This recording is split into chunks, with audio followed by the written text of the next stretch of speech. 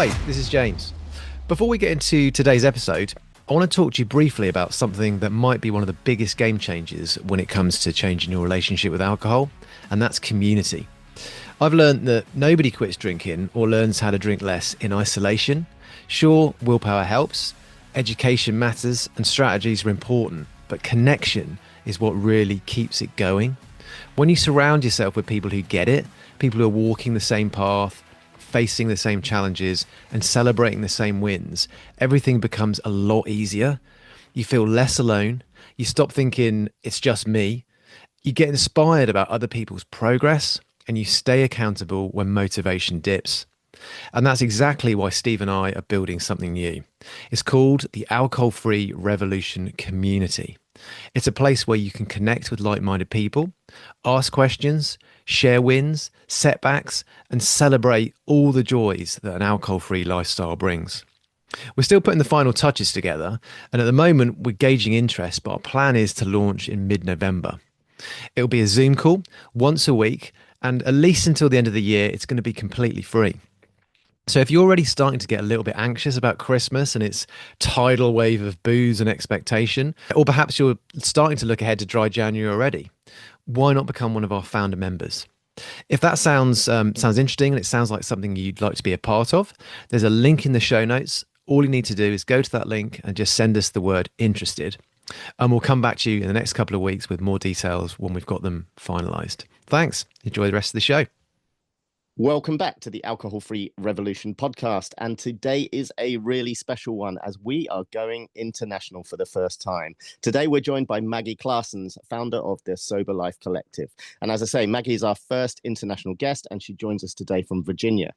Maggie's been alcohol-free for 3.5 years now, but before that, Maggie was a middle lane drinker and by her own admission was impacted by the whole mummy wine culture that became even more normal during lockdowns and COVID. Like most, drinking was a way of life to take the edge off, to unwind after a long day, until Maggie started to realize that it was doing just the opposite. What I love about Maggie's story is it's not about rock bottom. It's just one of awareness and change. Within a year, Maggie hosted and built the Sober Summit, showcasing some of the leading voices within the alcohol-free world. And that became the spark behind the Sober Life Collective, a space Maggie has now built to help others thrive alcohol-free. Maggie, welcome to the Alcohol-Free Revolution podcast. Oh my gosh, thank you so much for having me. This is exciting to be the first international guest. There you go. It's amazing. It's amazing. So thank you for joining us. And we'd always like to just kind of let's start in the beginning and tell us a little bit about yourself and what's brought you to where you are today. Yeah, so as you said, I'm in Virginia in the States. I'm a mom of 3. And actually, believe it or not, I live in Virginia wine country, which is a funny place to be for someone who's alcohol free. I literally have a winery in my neighborhood, and it is one of the reasons we moved to this neighborhood. I was like, great, I can walk to the winery. How awesome is that? It's like every wino's dream is to be able to walk home from the winery. And we moved here, and I had already been a little bit sober curious before we moved here because it was right during COVID that I kind of started questioning my relationship with alcohol. And like many of us, it had been years of questioning your relationship with alcohol. It's never what I find, never, an overnight thing where you're like, I'll give it up and you do it. Those to me are unicorn people, right? It's always something that's a little tap on the shoulder, and over time you just keeps bringing up, and you're going, okay, maybe I should listen to this little voice in my head saying maybe life could be better without it. So, you talk about mommy wine culture, and I fell very, very hard in mommy wine culture. I had, the rosé all day t-shirt, and I had the wine glass that said mommy wine juice. I fell into all of that. I had the signs in my kitchen that said wine o'clock, and the tea towels, right? All of that. I really fell into it. And, when you're in mommy wine culture, you laugh about it, right? You have play dates so you can drink wine with other mothers. You talk about stress with other mothers, and you immediately say, oh, you need a glass of wine. Like that's the answer to everything. It's the answer to, getting through motherhood. It's the answer to dealing with stress, to dealing with your emotions. It's everything. And I started to notice during COVID that, well, first of all, you could get wine delivered to your house, which at the beginning sounded like an amazing thing. And then I just started noticing that I became very controlling over it. Became very particular about what wine I was drinking and how much I was getting. And my husband and I would often split a bottle of wine, and, you know, I would be upset if he got more than me. And I started just thinking, oh gosh, that doesn't Mm. seem like a very good relationship with wine. Now, I wasn't binge drinking. I wasn't drinking to get drunk. I was having maybe 2 glasses of wine, but I was drinking every day.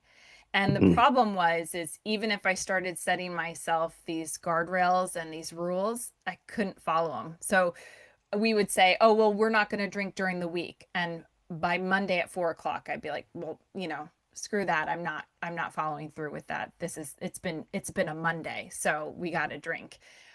Or we'd make up silly, reasons to drink. Like we're eating Italian food tonight, so we have to drink wine, right? Or, the fireplace is on and you got to drink with, have a glass of wine in front of the fireplace. This is like we're in a Hallmark movie or something. So, I just was finding every reason to drink. And it started to dawn on me once I started questioning my relationship with alcohol that I really needed to stop finding reasons to drink and start finding reasons not to drink. Mm. Because my whole life was revolved around why I should drink. And it's so easy for your brain to go there because I'd been drinking for decades and really started drinking because I thought that was what the sophisticated adult thing to do, right? Like I I wanted to be this, and I thought I was because I was drinking wine and I wasn't doing shots at the bar and I wasn't drinking beer during the day and I wasn't getting blackout drunk, that I was just this sophisticated wine drinker. And that gave me the license to just continue on in this like cycle that wasn't benefiting me. And that really kept me stuck, feeling like I really felt like I was on Groundhog's Day, right? Like Mm. every day just seemed the same. I wasn't enjoying motherhood. Uh, I didn't feel like I really had much of a purpose. I didn't have energy. I had foggy brain. I wasn't sleeping. And I would try everything else. I would try every workout, every diet, right? Every whatever, like, essential oil or whatever it was. And I would never look at alcohol. And Yeah. eventually that tap just became kind of like a punch on the shoulder, being like, you really just should look at this. And once you begin to be sober curious, it's amazing the information that you learn about yourself, right? And 100%. once you know that information, you can't unknow it. So I started questioning my relationship with alcohol, and it really helped me open up this whole new life for myself. I ended up doing a 100-day challenge, Hmm. and on day 101, I felt so amazing. My husband goes, well, what are you going to do now? And I go, well, I'm going to do another 100-day challenge because if this is the answer, this is what I feel like I have a superpower. Like, this is amazing. I'm sleeping better. I have more energy. That mommy brain fog that I thought I would have for the rest of my life from being a mom was gone. And I all of a sudden thought, I've got something that alcohol seems to promise everybody. And it's actually the opposite. Like I now have the superpower because I'm not drinking anymore. And this was the missing piece for me. This is the thing that really lit me on fire and made me feel like I was actually truly living life. And so I created the Sober Summit because I wanted to share all the resources that I had used to actually remove alcohol. And, I wanted to pay it forward in some way. If I could help one other mom realize that, hey, it's funny that we joke around about wine being mommy juice, but it's really holding all of us back. 100%.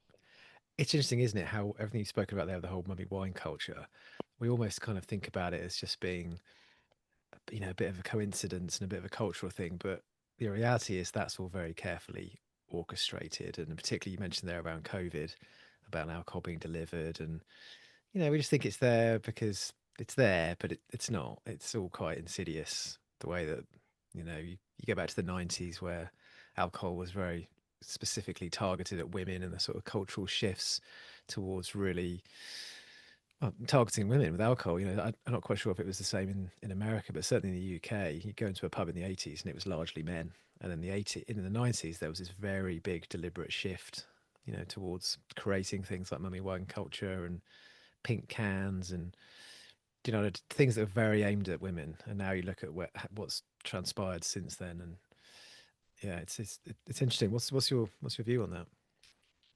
I think we play into all this marketing that's happening around us and we don't even really realize it because we're getting inundated in all these different ways. So between the commercials and the influencers, it's in every movie, TV show. I see it in kids' TV shows. I'm going, why is it Really? there? Oh god. It shouldn't be there. It's not there in a way like, hey, it's just casually there. And I think Mm, we're subconsciously being taught that this is the way, right? The alcohol is completely. the way. Big alcohol has a much bigger hold on us than I think you would ever want to admit if you're drinking, right? Mm, But Without a once doubt. you're on the other side, you're going, wow, I can't unsee what I see now, mm, Mm, and then you start to question the whole thing, right? Like, why at the end of marathons are there beer tents? You just did an incredible thing, and you're just gonna go put poison in your body, right? It just doesn't make sense. doesn't. Um, and I also didn't like, and I think this is important, I didn't like how I was, not just how I was showing up as a parent, because I did feel like I was very short-tempered and irritable, and I constantly thought about my glass of wine, my reward at the end of the night. But I really didn't want to show my kids that this is how you adult. This is how you deal with your emotions. This is how you deal with stress. And that has been my biggest why of doing all this is I had to learn, and I'm still learning how to manage my emotions, and it's something that I don't think our generation was ever taught. I think we're just now starting after COVID talking more about mental health and teaching kids how to manage and deal with their emotions, because that was something I never, it was no, here's a cookie, stop crying, right? Like it, and then as an adult, it's here's a it's glass a of wine, wine. Yeah. stop complaining, right? So I think that's a really important thing that we're now just starting to uncover in this movement. I think it's incredible to hear that it's the same culture in the States as it is here, which just gives you an idea just how big this is. Because I always thought, obviously it's going to be delivered slightly differently, but I always thought it was a real British kind of, like you say, the signs in the kitchen, Prosecco o'clock, all those kind of things, the tea towels, the shirts, the whole lot, the birthday cards. You just can't get a birthday card that doesn't promote alcohol. And it's interesting to hear that that's the same over there, which probably makes me think it's global. Oh, absolutely. Australia is another big one. Yeah. And in my summit too, I got to see that in my summit that, I mean, people were coming from all over the world. And so you're thinking, yeah, this isn't just a local problem. This is a global problem for sure. Mm, mm. I'd love to hear a bit more about. Well, I'm quite aware of the Sober Summit, obviously, because we work in this wonderful space. But I'm kind of conscious for people who don't. You really have had the rock stars of the alcohol-free space at the Sober Summit over the years. I mean, it literally is a who. With the exception of me and Steve, you've had everyone. It's incredible. We'll have to get you on for sure. Okay, where do Yeah, I sign up? it was it started as a, well, actually, I have to say I never meant to be the host or to create this at all. When I was early on in my alcohol-free journey, after I decided to go past that 100 days, I started, you continue to do the work. You have to.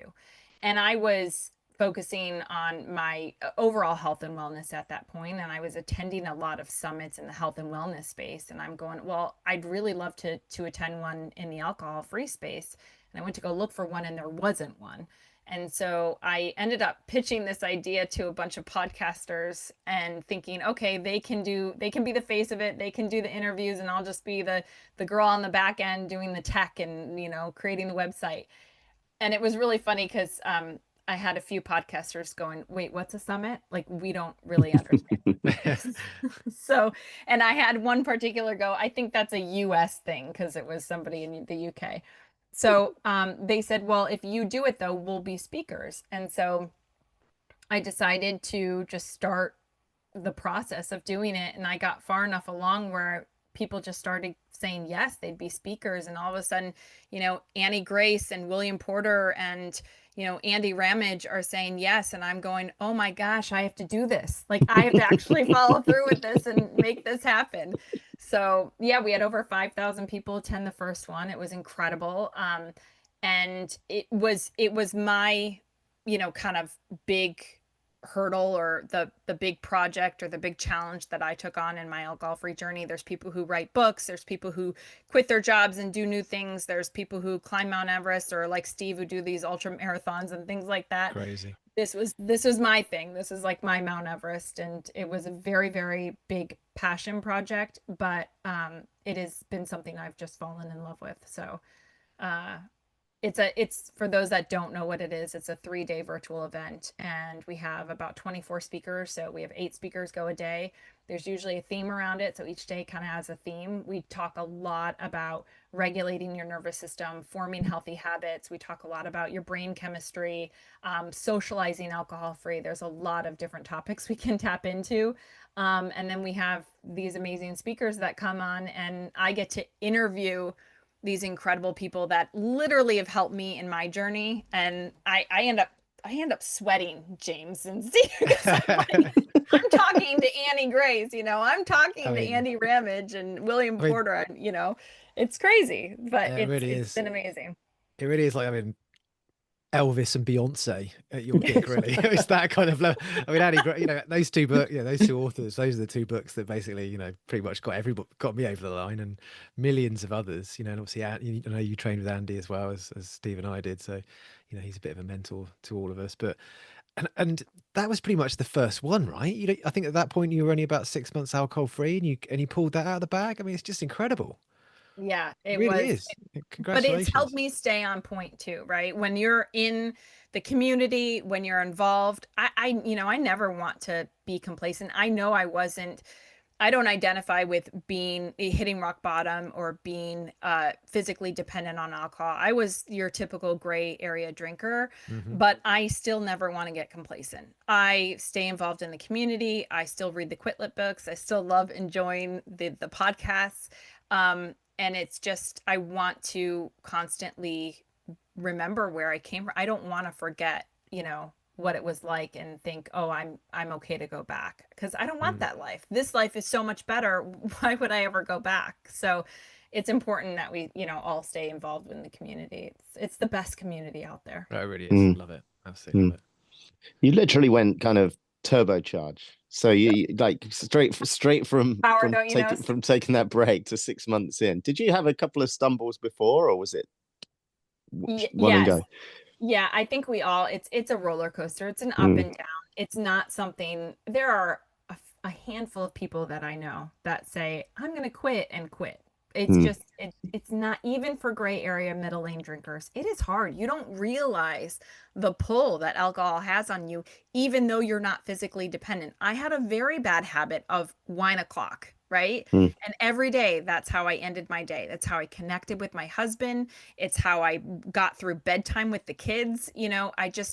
It was such a bad habit. And to be honest, I really enjoyed it. And I felt like I was this sophisticated wine drinker. Like, I loved learning about wine and tasting different wines, and it became part of my identity. So to remove it, there was a grieving process to go through that. But this version of myself, this is the most authentic version of myself that I could ever be. And that was my goal. Like, how can I show up as the best version of myself? What does that look like? And when you start looking at every aspect of your life, you remove this one thing and you gain something in every aspect of your life, your career, your relationships, your finances, your health, your well-being, like everything improves. And so it's a no-brainer to me. And, but it took me a while to get there. It definitely did. It was a lot of start, stop. Oh, I'll start over on Monday. And then, like I said, Monday at 4:00, I'd give in. It was constantly listening to the podcast, constantly listening to people who'd gone ahead of me, the stories that really inspired me to say, why wouldn't I do this? You got to listen to those people that are like, this is so fantastic. This is brilliant, as you guys would say. Like, why not be on this side of it? It's just, that's why we're here. That's what we're trying to do. That's exactly what we're trying to do in a nutshell right there, Maggie. Yeah. They can't all be wrong, right? They can't. Right. You have to think like, I'm not being pranked here, right? Like, No. You don't meet anyone who goes, yeah, I stopped drinking and it was all right. Everyone just goes, it's the best thing ever. No right. one goes, yeah, it was all right. It didn't make a difference really. I Yeah, remember that. Yeah, kind of reading that doesn't or happen. listening to that first audiobook and going. For me, it was Alcohol Lied to Me, and then listening to that and then thinking, oh right, yeah, he's got a point there, but surely not. And then you start getting curious, right? And you listen to another one, or you find a podcast, you listen to that, and then you go, they're all shouting the same thing here. So yeah, it's unreal. What were the big books for you then? You mentioned Quit Lit, Maggie. What were the ones that really had a powerful effect on you? I mean, I gotta say, Annie Grace's "This Naked Mind" was the Yeah, one that incredible. did it for me. But it didn't. So I'll tell you the difference. So I read that book, and she'll say in that book by the end of this book, you're not going to want to drink, right? And that was true. I didn't. And that night, it was actually my anniversary with my husband. We went out to dinner. I didn't drink that night on our anniversary, which was a really great excuse to drink, and I didn't. And I lasted for about 2 months. And then we went on vacation, and I thought, oh, we're on vacation, right? Your brain just goes like, Got a why drink on not? holiday. Right, exactly. And so, but the difference was I wasn't doing any other work. I didn't continue after that. I read that book, thought, great, this is great. I don't want to drink, put it down, never picked up another book, never listened to a podcast, never joined a community, never really talked about it again. And of course, I picked it back up a couple of months later. Like it just, Mm.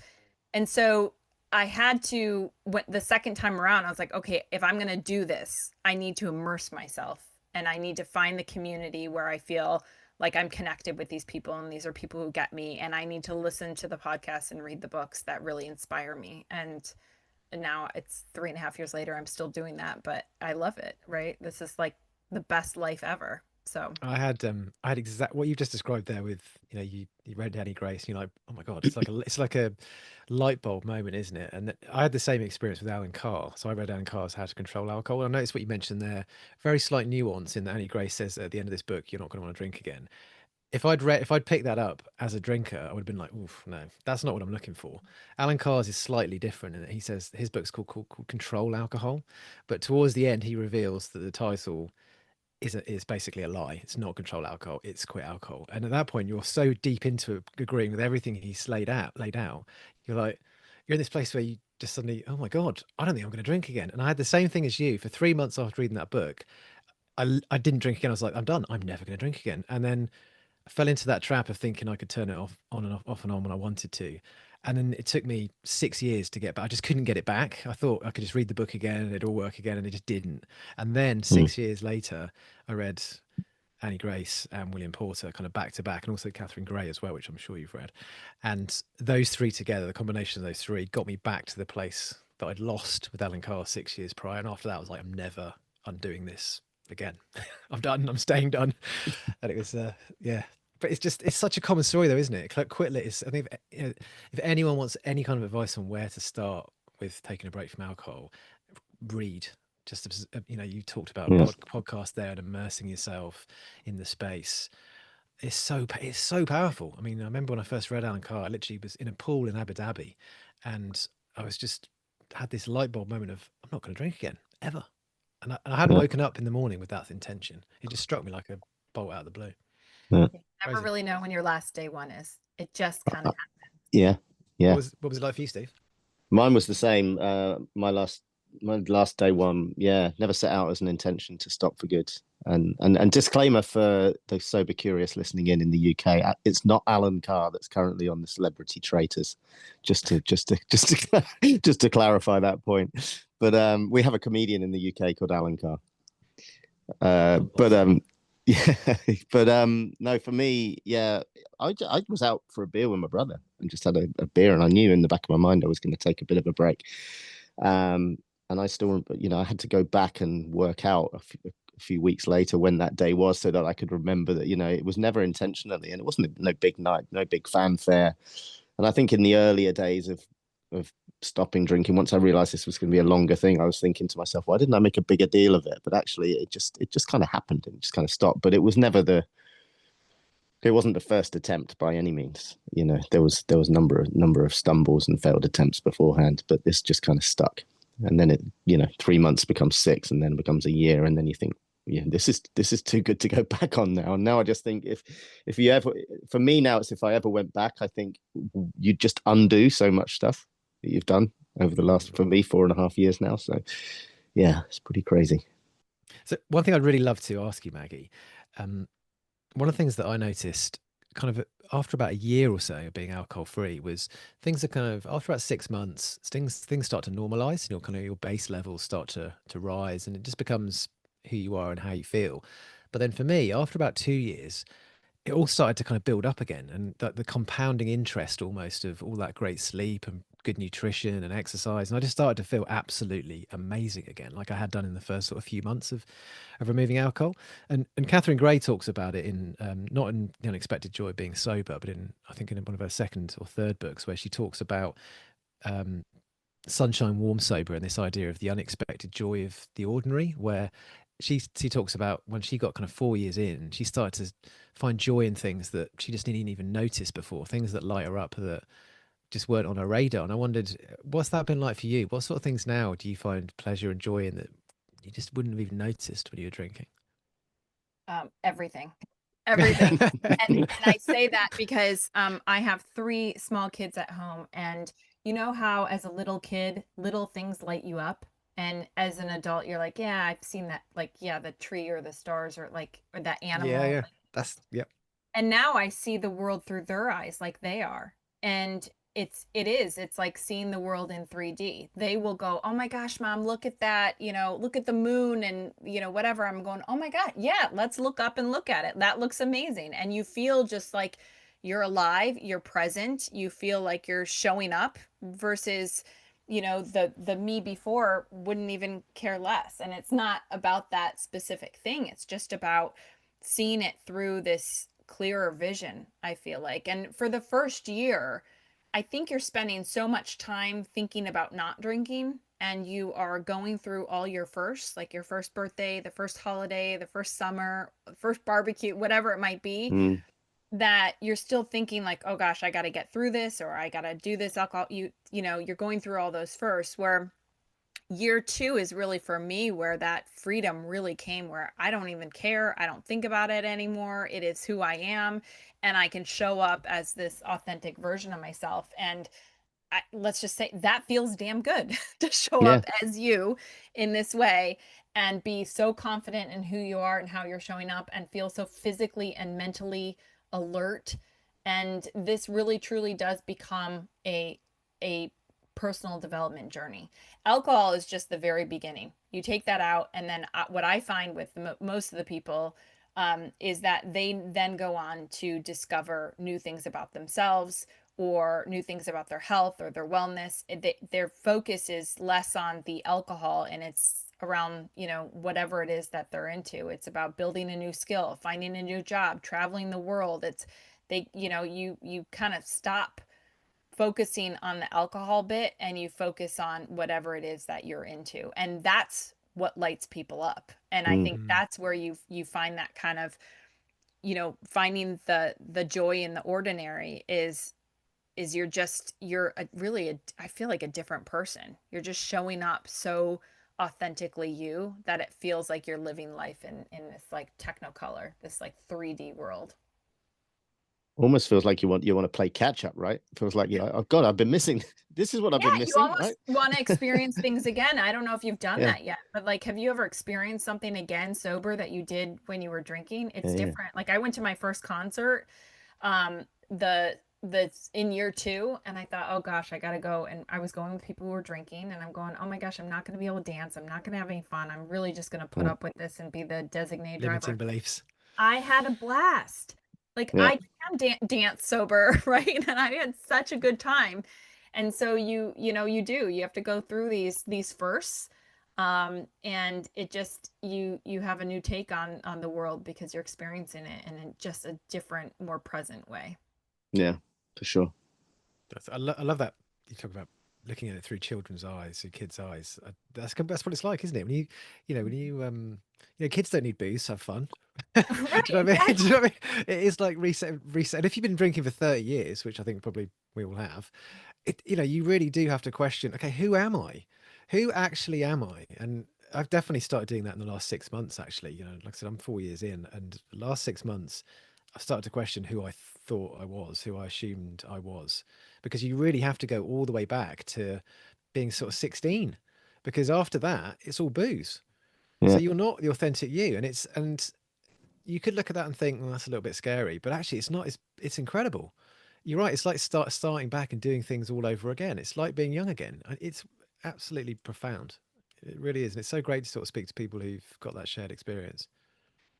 I think that's Just what makes it your superpower, right? And that's why I mm, feel like I kind of have I hate to be smug, right? But you kind of walk through life going, I know something you don't, and I'm living in this other world that you're just not seeing. And I don't know, just it's magical. And I hate to say it that way because I don't want to give this false hope because it does take a lot of work. Like you said, mm, James, like it's scary to feel like you have to start over. It's scary to feel like you have to, figure out who you are again, but it's all how you reframe it. Like it is also a lot of fun to figure out who Mm, you are again. It's just that your right. brain quickly goes to, ooh, this is uncomfortable. This is scary. And it's much easier to stay with what's comfortable, even if it's not the best thing for you. That's where our brain goes. So Yeah. it's about continuing to push yourself. And I feel so proud of myself because I do keep pushing myself in all these different areas of my life. And it's, I try, I fail. I was just telling Steve, I ran 2.5 miles. I've never done that before in my life.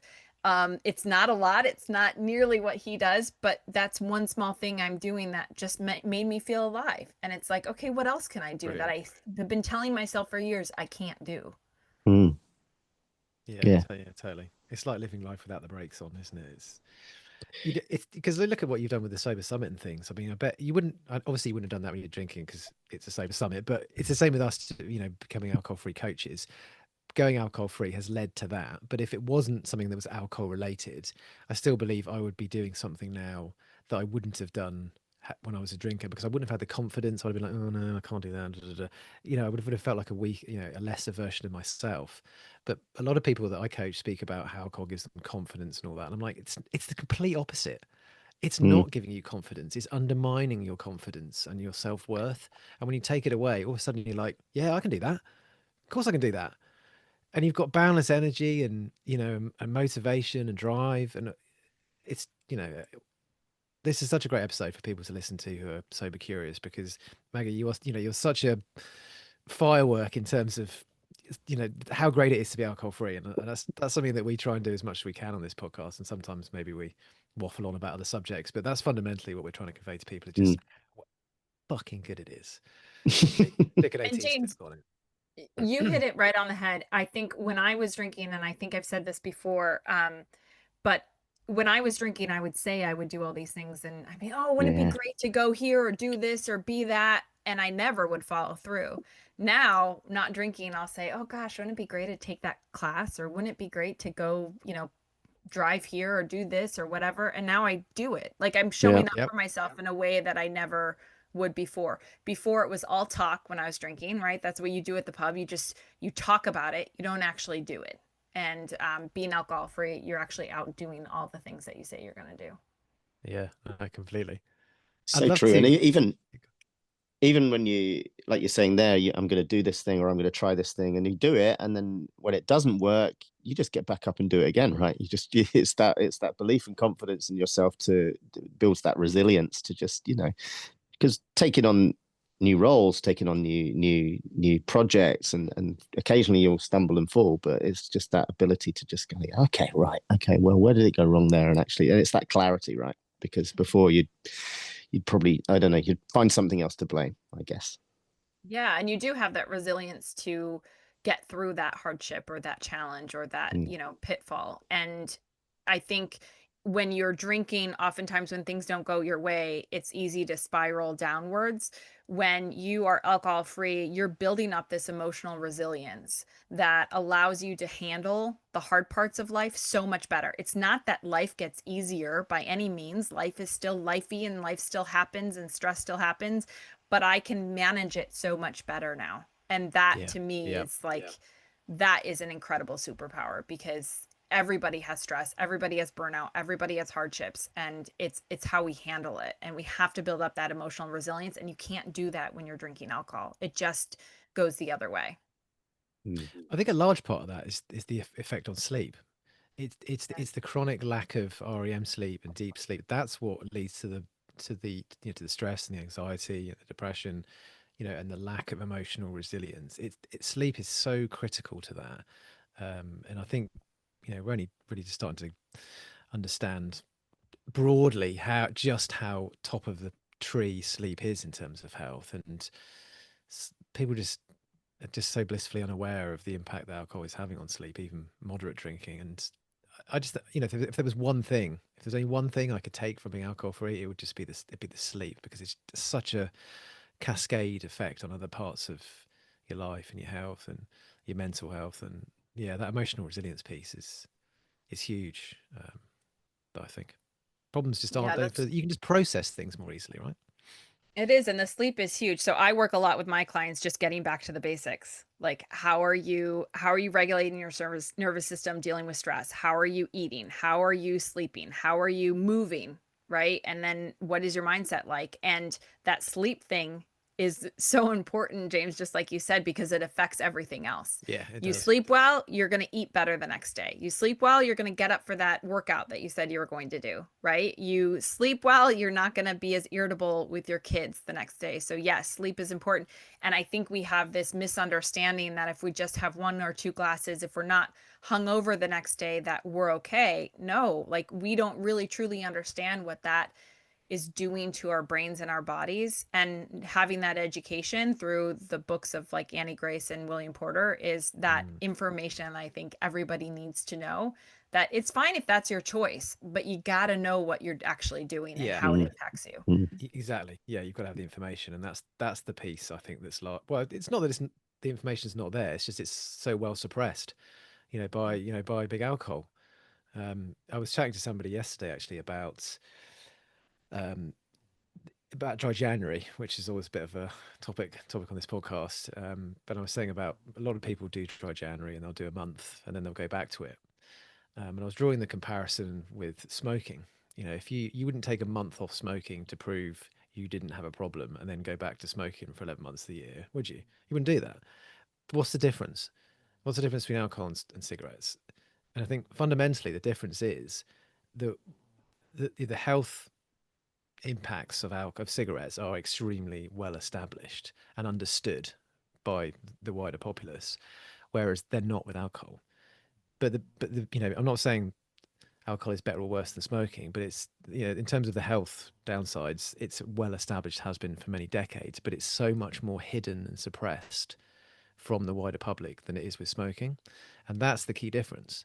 That's why people think, I'll just take a month off, take a bit of a rest, prove I'm not an alcoholic, prove I can stop what I want, and I'll go back to drinking for 93% of the year. But you would never do that with smoking. No, But what's the no. difference? Yeah, and it's a really great point, because the other thing with alcohol is I think oftentimes we tell our lies like, oh well, from a health perspective, I'll just drink the clear liquor, right? And that'll be better for me. Or I'll just drink the wine because that has, Right. great effects for us, the heart health, It's right? good for your heart. And that's okay. That's what I thought I was doing. I literally thought, okay, well, I'm being healthy here drinking, because right, you only want to see the health benefits that some study that big alcohol paid for is saying is good for you. Yeah. And so yeah, I think we're just starting to talk about the health benefits. I know here in the US, we're going to start putting labels of, the risks of cancer Yeah. on Huge, alcohol. And I huge think deal. that's huge, that people It is. understand that there's a big cause and effect between drinking alcohol in any consumption and the risk of any cancer. So Yeah. it's particularly these seven, but I think there's a lot of Yeah. more research to be done over the years. I was going to say there's a study that came out very, very recently, actually, from Australia, showing that any amount of alcohol increases your risk of dementia. Any. And that's they did like a study. Actually, it was from yeah, it was a journal in Australia, but I think the research actually was done in Oxford in the UK, and it was 500,000 people. And yeah, absolutely any amount whatsoever increases dementia risk. And of course, obviously, heart disease is a little bit more well established, and obviously the cancers that you've spoken about there as well. it's just nothing really that it doesn't affect. But the warning labels on the packaging is so critical. I think that is the big difference between smoking and alcohol. In the UK, you're not even required to put the ingredients you don't have to put anything on the bottle apart from the percentage of alcohol. And the government here have promised that that's going to change next year, but I'm kind of skeptical as to whether it will happen or whether or not it'll be done in any kind of meaningful way. But that could Yeah, it's an change things. interesting conversation. I think we're just slowly getting there. We'll see what happens over the years, but I think this idea of this sober curious movement is one that I'm just grateful to be a part of, to meet people like you guys, and to my friends and family don't always understand why I'm doing doing this, right? So to be around other people who get it, who smile when we talk about alcohol free and don't cringe, it's great to be around. And I think slowly, just showing up as you um is helpful. And I think that's the biggest thing I'll tell people when you go alcohol free is just continue to be yourself, because over time I've had friends that just come up to me now and they're like, "Hey, I've been thinking about it," or "Hey, I noticed that, you're doing this. Like, can you talk to me about it?" And that's just from me just showing up as me Mm. not drinking. So I think it's important for everybody to just know that, yes, it's, we're slowly moving in that direction. And I don't think we'll ever be an entirely alcohol-free No, global, but no. the goal is just for people to understand the impact and what they're putting in their bodies. I think people do see that in year three. That I remember that from year three, because I think they get to the point and they think, shit, he's still doing it. So maybe I should ask. I thought he was going to do this for a while, but now this is getting crazy now. So I think I need to start asking some questions now. But how's the shift in the US with the whole, like, in general? Is there a big shift towards alcohol free? Because I know the younger generation in the UK, like under 30s, it's huge. They're just not drinking really anywhere near they used to in my day and age. That's for sure. Yeah, so here in the US, I think it's largely the same as the UK, except for we are a much bigger country. Yeah. And so you still have these pockets of places that don't have alcohol-free options at their restaurants or pubs, or, will look at you sideways if you ask for any sort of alcohol-free anything. But in the major cities, right, that's the same thing. We have restaurants that have mocktail menus now, and the younger generations, they for whatever reason, and maybe they're smarter than we we were, but they're just not as interested. They're Mm, they're more health conscious. So I think that's incredible.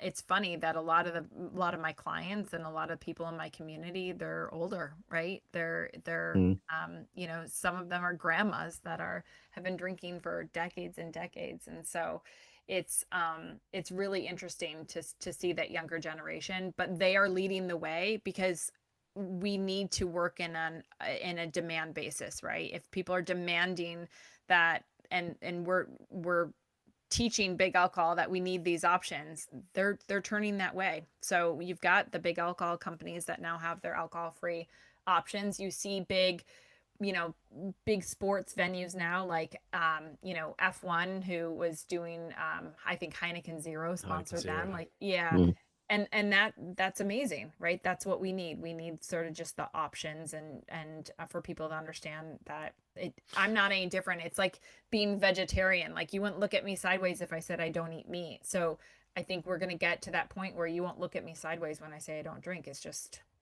my mm. preference. So what? Let me ask you a question then. So I'm a little bit conflicted with the big alcohol companies and zero. Um, I think it does a lot of good, but I'm also a bit like, yeah, but yeah. So let me ask you a question. If Guinness Zero came along and said, right, Maggie, we want to sponsor the Sober Summit, well, how do you feel about that? Well, I'd be okay with that. I mean, I think that you know, it only helps me help impact more people, right? Yeah, yeah, And so, and I do, I had to laugh when you say that you're in conflict with them, because I do get that, they're in it for the money, right? They're mm, seeing a trend and they're tapping into, okay, how can we have the full piece of the pie, yeah, right? So exactly. I do understand that, but I think it says a lot that they're on board too. If they weren't on board, I think it would be a little bit harder of a movement. I think you almost need big alcohol on Oh, you board. do. So Yeah, you can't get away from their marketing money. I mean, they're a part of the, you look at all the biggest selling brands, certainly in this country, and it's Guinness Zero, it's Heineken, it's Peroni, it's all the brands that people know, and they're the ones that have got the big budgets to sponsor. Lucky Saint, for example, that's a big independent brand over here. They're not going to be able to sponsor F1. They haven't got that kind of budget.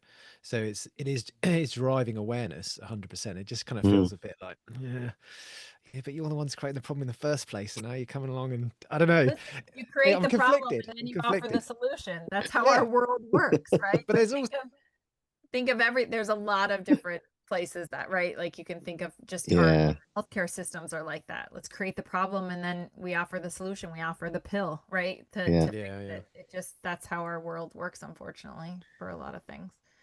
Shows that voices are being heard, though, right? It shows that it's the movement's happening. There's enough people now making this lifestyle choice that actually it's making a real shift. Yeah, and I think that's true. James, you mentioned dry January. That's amazing. These 30-day, when they become trendy, that's great. I think it's a really, really good intro to what it's like to be alcohol free. But I oftentimes feel like people who are doing these 30-day challenges, they're counting down the days until they can drink again. And so I love the idea more of a 100-day challenge because then you start Mm. counting up the days of how Yeah, many days you haven't drank, and that builds the momentum to keep going, where you're going, well, why would I want to give up these 100 days? I just did 100 days. That's Yeah. yeah. insane. I'd not thought And of it that so way it keeps actually. the momentum going. And also, yeah, and within that 100 days, they're going to experience things that they may not have been booked in January. And Yeah, you're right, yeah, it's there's going to be a birthday, there's going to be maybe a wedding, a stag do, whatever it happens to be, and it's going to fall within that 100 days. So it gives You're that, gonna have to leave their house. yeah, exactly, mm, exactly. I always use the example because my birthday's the 1st of February, so it was never good dry January for me because it was always there was always an extra reason to drink on the 1st of February, but Right? Oh my yeah, goodness, that's a yeah, tough one. yeah. So what one thing I really want to ask you, Maggie, is about you spoke about wine there for a moment.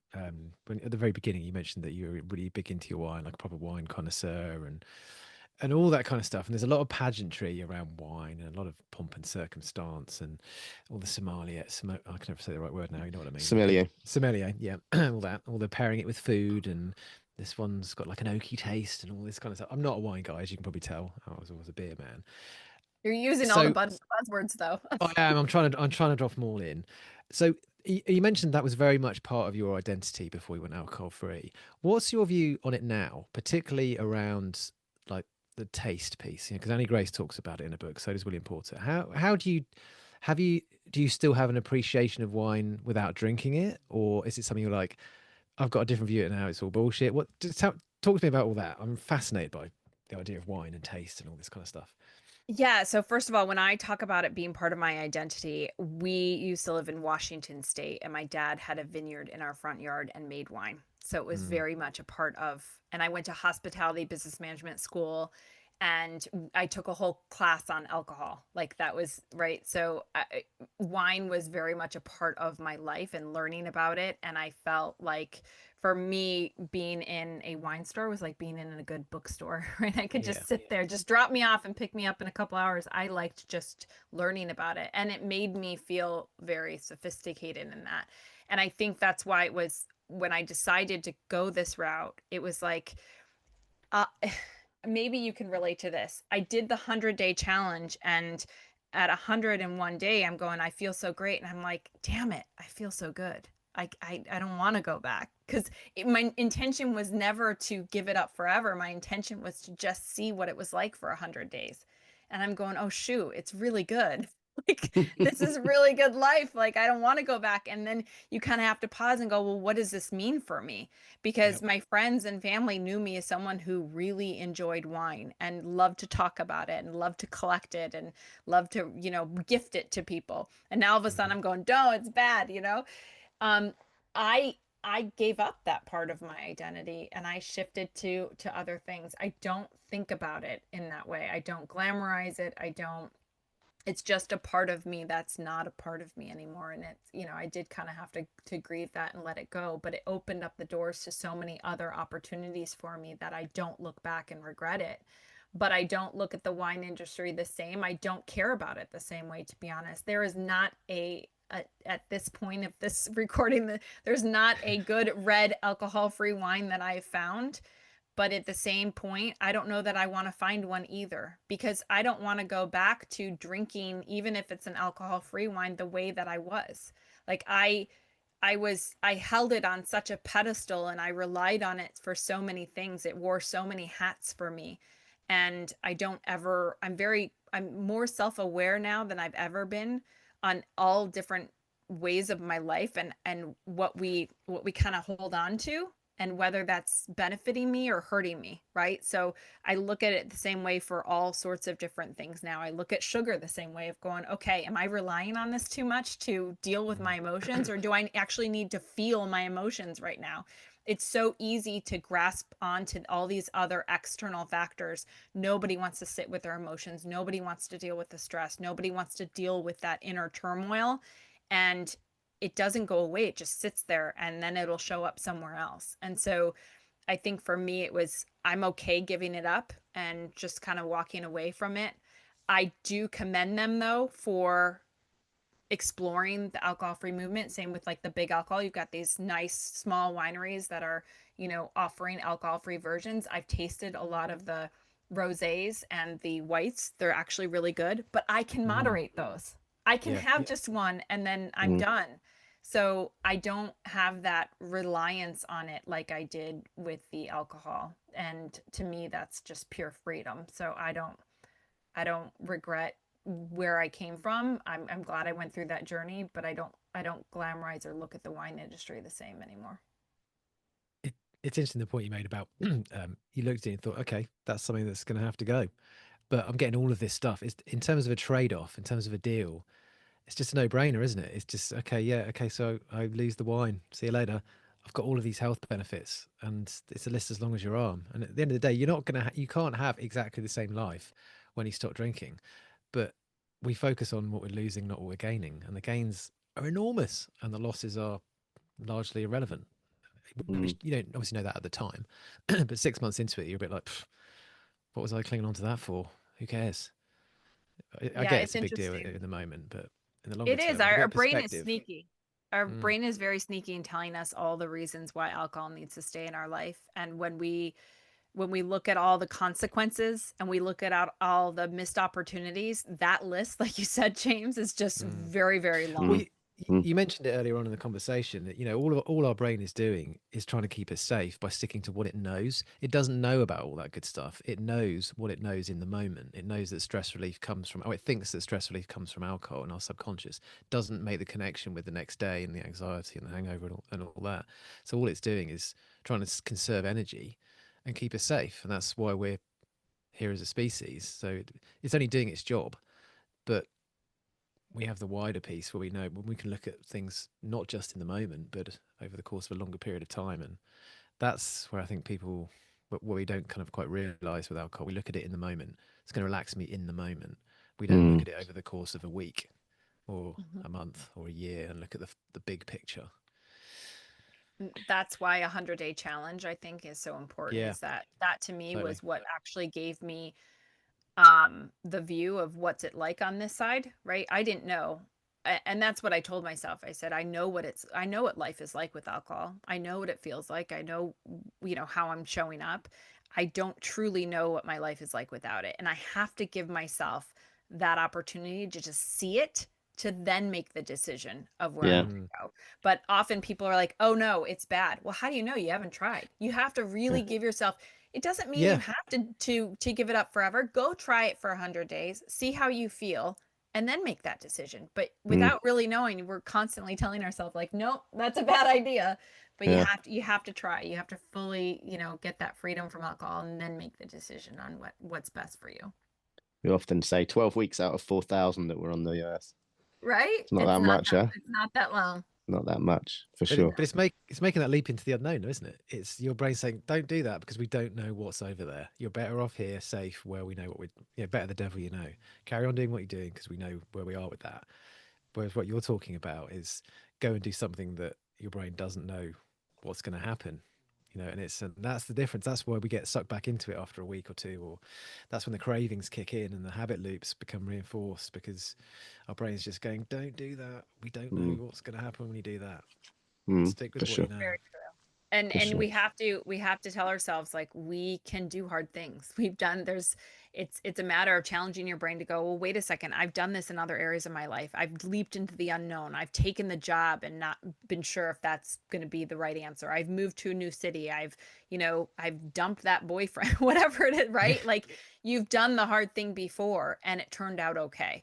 And so we have to constantly challenge our brain to say, maybe that's not the right thing for us. Maybe it is just trying to keep us safe and stuck. And it's not necessarily the better place to be. Very true. I've just got to apologise to the listeners and you guys. I don't know if you can hear this, but my dog is snoring so loudly on the bed in the background. I don't know if it's going to come out in the edit or not. I'm like, I cannot hear it. You can't hear it. You can't hear really? it. Really? Yeah. I was worried that the listeners might have thought it was me, but honestly, because I hadn't said it, I was like, but I'm glad you pointed it out to make sure that none of us had fallen asleep. I'd like it would even be possible to fall asleep on this podcast. I've got to say, I know this is an audio podcast, mate, but you look absolutely shattered. Me? You look exhausted. I was watching you earlier and you look like... It's a bit later here, Maggie. Well, it's nothing exciting. I've been dismantling a tortoise house today. So there you go. That's that's the joy that alcohol-free life can bring. I've been dismantling a tortoise house. But listen, it's been such a pleasure having you come along and well, from the other side of the pond, as they say, and sharing your truly inspiring story and positivity about alcohol-free life. It's been absolutely fantastic. And what's next, Maggie? Yeah, so I'll be doing another Sober Summit in April. I tend to do it in the spring of every year. So, but people can actually go through the summit that I just did in April. If they go to thesobersummit.com, they can sign up and go through it like the 3 days, just as if it were live. Incredible content. It amazes me how many people are out there talking about this that I don't even know, that are just, I just keep learning and growing every time we do this. So some incredible guests on that one. And of course, Andy's back again, because I always like to have Andy Ramage on. He's just brilliant. I was going to ask who's headlining. Yeah, I love it's like Andy, Glastonbury, isn't it? Yeah. If I can have Andy on, it's great.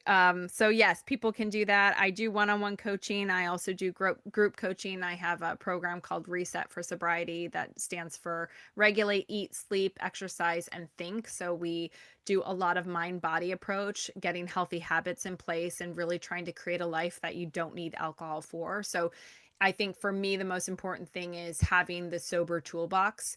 It was something I didn't have when I first became alcohol free. I didn't have the tools to manage life. And so for me, it's really important that people have those tools in place. And then you can deal with life's challenges as they come up without using alcohol as your coping mechanism. I think we are just too often just grabbing alcohol as our coping mechanism without having any other tools. So I work on that too. And you can find me at soberlifecollective.com as well. And I think this is great. You guys, I could actually sit here and talk to you a lot longer, but I know it's your bedtime. Oh, no. It's been awesome. I thoroughly enjoyed it. I'm married to an American, so I've always had a bit of I love talking to Americans.